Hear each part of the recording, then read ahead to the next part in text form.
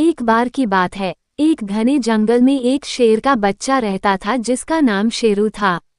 शेरू बहुत ही चंचल और जिज्ञासु था। उसे जंगल की हर चीज को जानने और समझने का बहुत शौक था। उसकी माँ हमेशा उसे समझाती कि दूर दूर न जाया करे, लेकिन शेरू को नई नई जगहों पर जाने और नई चीजें खोजने का बहुत शौक था।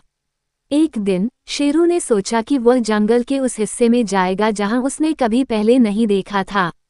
वह अपनी माँ से बिना कुछ कहे चुपके से जंगल के भीतर गहरे चला गया।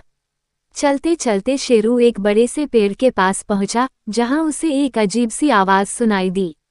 वह आवाज बहुत ही धीमी और रहस्यमय थी। शेरू ने चारों ओर देखा, लेकिन उसे कुछ भी नजर नहीं आया। तभी अचानक से एक खरगोश पेड़ के पीछे से निकल कर आया। खरगोश ने शेरू से कहा, अरे तुम यहाँ कैसे आए? ये तो जादुई पेड़ है। शेरू को बहुत अचरज हुआ और उसने पूछा, जादुई पेड़, यह क्या होता है? खरगोश ने मुस्कराते हुए कहा, ये पेड़ जंगल का सबसे पुराना और जादुई पेड़ है। अगर तुम इसके नीचे बैठकर सच्चे मन से कोई इच्छा मांगोगे तो वह पूरी हो जाएगी। शेरू को बहुत खुशी हुई। उसने तुरंत पेड़ के नीचे बैठकर अपनी आंखें बंद की और अपनी सबसे बड़ी इच्छा के बारे में सोचना शुरू कर दिया।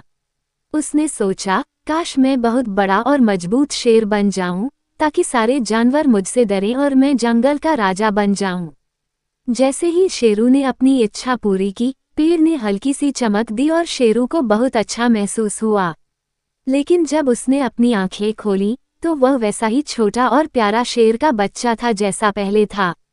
शेरू को बहुत हैरानी हुई और उसने खरगोश से पूछा, मेरी इच्छा क्यों पूरी नहीं हुई? खरगोश ने हंसते हुए कहा, शेरू, इस जादुई पेड़ की एक खास बात है। ये सिर्फ उन्हीं इच्छाओं को पूरा करता है जो दूसरों के लिए अच्छी हों। तुम्हारी इच्छा तो सिर्फ खुद के लिए थी, इसलिए यह पूरी नहीं हो सकी। शेरू ने सोचा और समझा कि उसकी इच्छा थोड़ी स्वार्थी थी।